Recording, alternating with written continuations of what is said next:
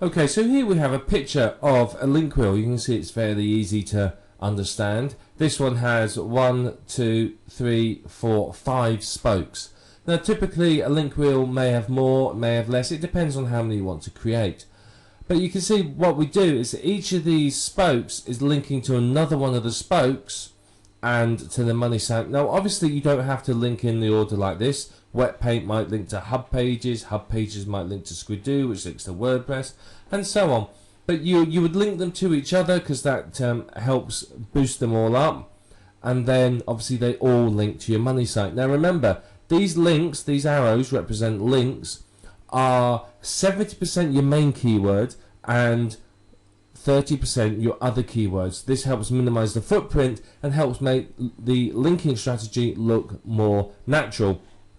Now what you would do with each of these spokes here, as you can see down here with Squidoo, what we've done is we've dug it with dig.com, we've stumbled upon it, we've maybe submitted an article or two, we've done some social bookmarking at OnlyWire, and maybe used Delicious as well. So what this does is this notifies the search engines that this Squidoo Lens, our Web 2.0 property, is in existence, and helps get it some backlinks so that it can start to rise up the search engine rankings. So it's very, very important to do this. You might submit the RSS feed, you might do a few other bits and pieces, because remember, the higher each of these spokes rank, the better it is for your money site, because page rank transfers through. So if I've got a page rank 2 here linking to my money site, it's going to give it a lot more weight in the search engine. So this is going to benefit greatly if these rank well and are also considered to be authorities.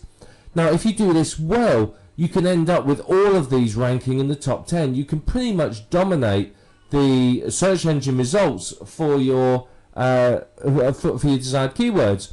So you know, pretty much any link that anyone clicks on is something to do with you, and it's something you're going to earn from.